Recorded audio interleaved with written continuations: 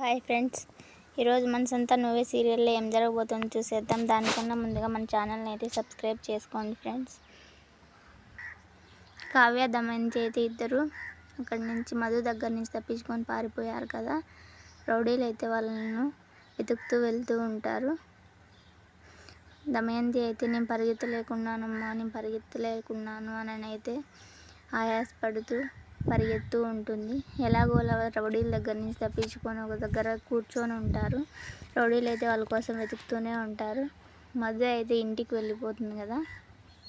మధు అయితే తేజాను, ఎందుకు తేజ నీకు చెప్పడం చేత కానప్పుడు ఎలాగోలా అక్కడి నుంచి సైడ్కి వెళ్ళిపోవాలి కానీ నా మీద తోసేస్తావా అని అయితే తేజ నరుస్తూ ఉంటుంది. తేజ అయితే నువ్వు లేవు కదా అని అయితే నాకు తెలియదు, పాస్వర్డ్ మీ వదినకే తెలుసు అని అయితే చెప్తూ ఉన్నాను. అంతలోపు నువ్వు వచ్చావు, ఇలా జరుగుతుందని నాకు తెలియదు అని అయితే తేజ మధుతో చెప్తూ ఉంటాడు. సింధు అయితే ఆ ఫోన్ కోసము మధు దగ్గర ఉన్న డ్రైవర్కి ఫోన్ చేసి ఎలాగోలా ఫోన్ తెచ్చి లేదంటే నీకు పోలీస్ కంప్లైంట్ ఇస్తాను అని నేనైతే పోలీస్ డిపార్ట్మెంట్ నేను చేశాము అని అయితే డ్రైవర్ని బెదిరిస్తూ ఉంటుంది. అందుకనేసి మధు దగ్గర పనిచేసే డ్రైవర్ అయితే మధు వాళ్ళ ఇంటికి వచ్చేసి సార్ నా ఫోన్ నాకు ఇవ్వండి సార్ అని అయితే తేజాని అయితే అడుగుతూ ఉంటాడు. ఆ ఫోన్ ఎక్కడుందో కనిపించడం లేదని అయితే వాళ్ళు తనకు చెప్తారు.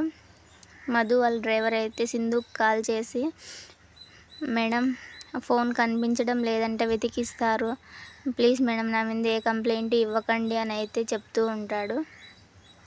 కావ్య దమయంతి అయితే ఒక దగ్గర నీళ్లు తాగి కూర్చొని ఉండంగా దమయంతి కావ్యతో అమ్మ కావ్య మనం ఇక్కడి నుంచి ఎలా బయటపడాలి, నా వల్ల నువ్వు కూడా రిస్క్లో పడ్డావు అని అయితే చెప్తూ ఉండంగా దమయంతికి కావ్య వాళ్ళ బావ ఉన్నాడు కదా అని గుర్తొచ్చి అమ్మ కావ్య మీ బావకైతే కాల్ చేయమ్మ, మనకి ఏదైనా హెల్ప్ అవుతుంది అని అయితే చెప్తుంది.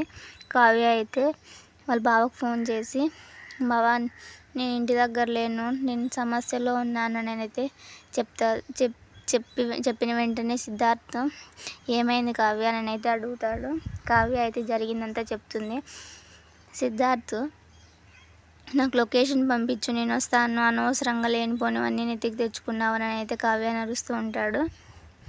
తనైతే లొకేషన్ పంపించి అక్కడి నుంచి గుడి దగ్గరికి వెళ్దామని వెళ్తూ ఉండగా మధ్యలో అయితే దమయంతి నేను నడవలేకున్నానమ్మా అని నిలబడిపోతుంది. ఇంతలోపు రౌడీలు దమయంతిని కావ్యాన్ని అయితే చూసేస్తారు. అక్కడ వచ్చి దమయంతిని లాక్కొని వెళ్తూ ఉండగా సిద్ధార్థ్ అయితే వస్తాడు. రౌడీలను అయితే కొడుతూ ఉండగా దమయంతి సిద్ధార్థని చూసి